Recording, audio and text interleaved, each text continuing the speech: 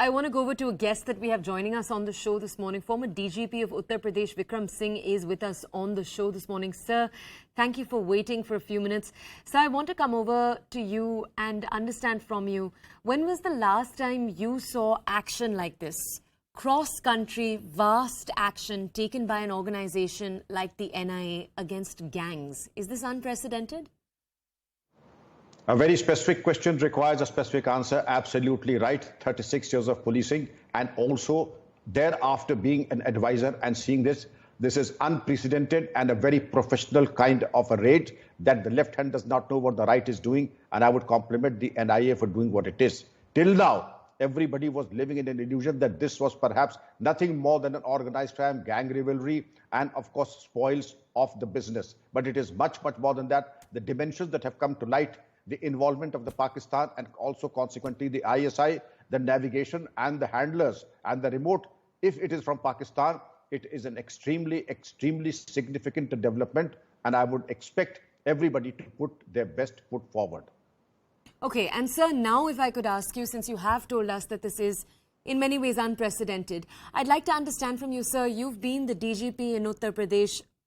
Could you tell us, could you compare for us the kind of criminal activity and gang-based activity you had to face in your tenure and what it looks like today? What are the changes that you've seen? There are any number of changes. I've handled ISIS, Al-Qaeda and others, but the latest dimension that has come is artificial intelligence and IT, spoofing mechanisms, and also the apps that have come into business. Therefore, what used to be just barely 20% of IT interventions is now almost 70%. You would find that they have their own research and development teams, and the best in the business, the most devious minds are helping out. ISI is no babe in the woods. ISI has the best technology. Thanks to its involvement with in Afghanistan, they had access to the best technology and futuristic technology that came from the US, the CIA and other intelligence sister agencies, their sister agencies, not ours. And then they have access to such intelligence that perhaps we may take little time. But yes, we are fast learners. We are second to none in the world. And in case we could teach them a lesson or two. But yes, you are very right that what was almost believed to be a gang warfare and an organized crime has multiple dimensions and has deep roots. And under these circumstances, these are the things that have to be worked out, the IT applications, the artificial intelligence, and also the robotics, as also the drone technology, deep learning, and also other such applications that require futuristic interventions. Because the basic technology, because the technology becomes obsolete even in 2 years. And therefore, because in the government working, I'm sorry to say, by the time we put in an application, by the time we get the recovery, the technology is already obsolete. Therefore, like any professional intelligence agencies like the NIA, they have to cut all out the red tape and see that they are a generation ahead of the gangsters and the anti-national elements. Otherwise, we lose the game. And sir, if you could very quickly also summarize for our audiences, because I remember when the Sidhu Moosewala case came out, there was a lot of shock among our audiences that this kind of case could be remote controlled from Canada. In the days since, we've also told our audiences about funding coming in from Pakistan, those two countries. Could you walk our audiences through the kind of process that's usually involved in creating that kind of financial net that's international and that's cross-country in this manner? It should not come as a surprise because this is an old dirty tricks of the ISI. There are three ingredients of this. First, the ISI. Second, the funding. Where do the funds come from? They come from surreptitious sources, and 99% it comes from Hawala. The sleeper cells happen to be their foot soldiers, and these foot soldiers get funded by the ISI.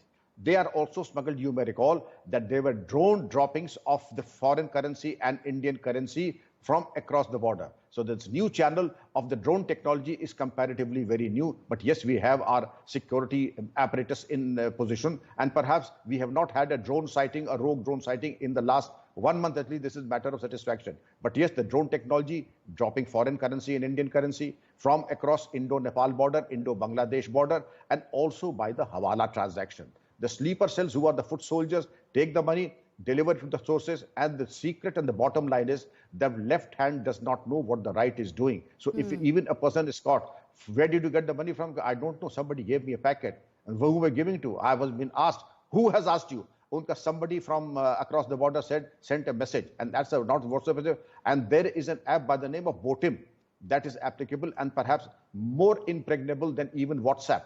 And that has an application. Normally, WhatsApp does not work in the Middle East, but Botim works in the Middle East also. They have their own specific and customized apps through which they operate, and it is very difficult for the intelligence agency to penetrate. But the success is get the person and do a bit of reverse engineering. Where did you get the money from? Whom did you talk to? What were the apps that you were using? Then go backwards, ask and interrogate. Then you come up to a blind wall that you end up either in Bangladesh or in Pakistan.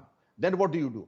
Okay, it may be well nigh difficult, if not impossible, to go there, but things that we can do is to ensure that the foot soldiers are annihilated and neutralized.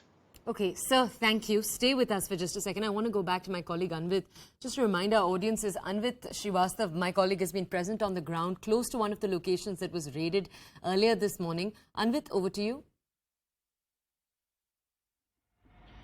Yeah, see, we are close to one of the locations, and see, raids are being conducted at multiple locations right now simultaneously by the NIA. And I would like to, say again that these cases that the NIA is probing were after Delhi police had registered cases after Sidhu Moosewala's death. Two separate cases were registered. One against the Lawrence Bishnoi and his gang, Kala Jathedi and other members. Another was against Tillu Tajpuria and Neeraj Bawana gang. Now, these two cases were handed over to NIA, and after that, it was that UAPA was slapped against these gangsters. This is the first time that Unlawful Activities Prevention Act, which we have usually seen this, is slapped usually against anti-national activities and terrorists, was slapped against Delhi's gangsters. Now, why UAPA? Because government's apprehension is that in the past cases we have seen that some Pakistan-made weapons have been used by these gangsters. Also weapons made in Italy, Brazil, Australia have been used. Police have also found that funds had come in from Canada, Pakistan and Australia like countries. Also it has been said that Goldie Brar or Harvinder Singh Randa, who is believed to be in Pakistan, and Goldie Brar from Canada have been continuously sending funds for them to arrange and orchestrate these killings or extortion activities.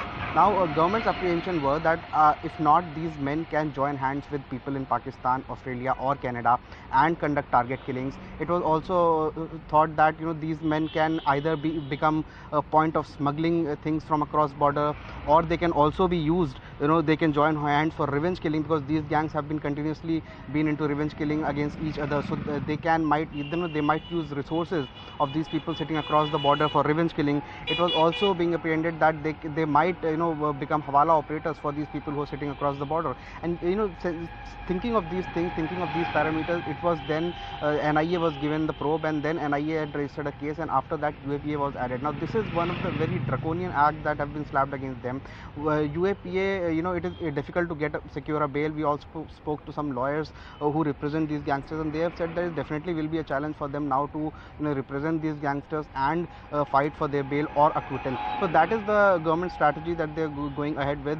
Earlier this month, MHA had also held a meeting with senior Delhi police officials and newly appointed Delhi Police Commissioner Sanjay Arora, and these were one of the key issues that were discussed, that we had learned then, that how to curb these practices of extortion, protection money that is still going on in parts of Delhi, and how to curb practices that these gangsters have been running, how they've been running criminal syndicates from inside the jail, as most of these names like Tillu Tajpuria, Neeraj Bawana, Jitendra Gogi obviously died last year in Rohini court, and he was killed by Tillu Tajpuria. This was one of the cases of revenge killing, one of the biggest cases Delhi has seen. He was killed amidst a running court in Delhi's Rohini. And again, then apart from that, Lawrence Bishnoi, whose name surfaced recently in Sidhu Moosewala case along with Goldie Brar, and these both are said to have orchestrated the entire killing. Apart from them, Kala Jathedi is one of the main key players of the Lawrence Bishnoi gang. So these are two gangs mainly in Delhi right now. What the police officials believe, that Tillu Tajpuria and Neeraj Bawana are on one side, Kaushal is also on their side, Devendra Bambiha is also on their side. Kaushal is believed to be running Gurgaon area.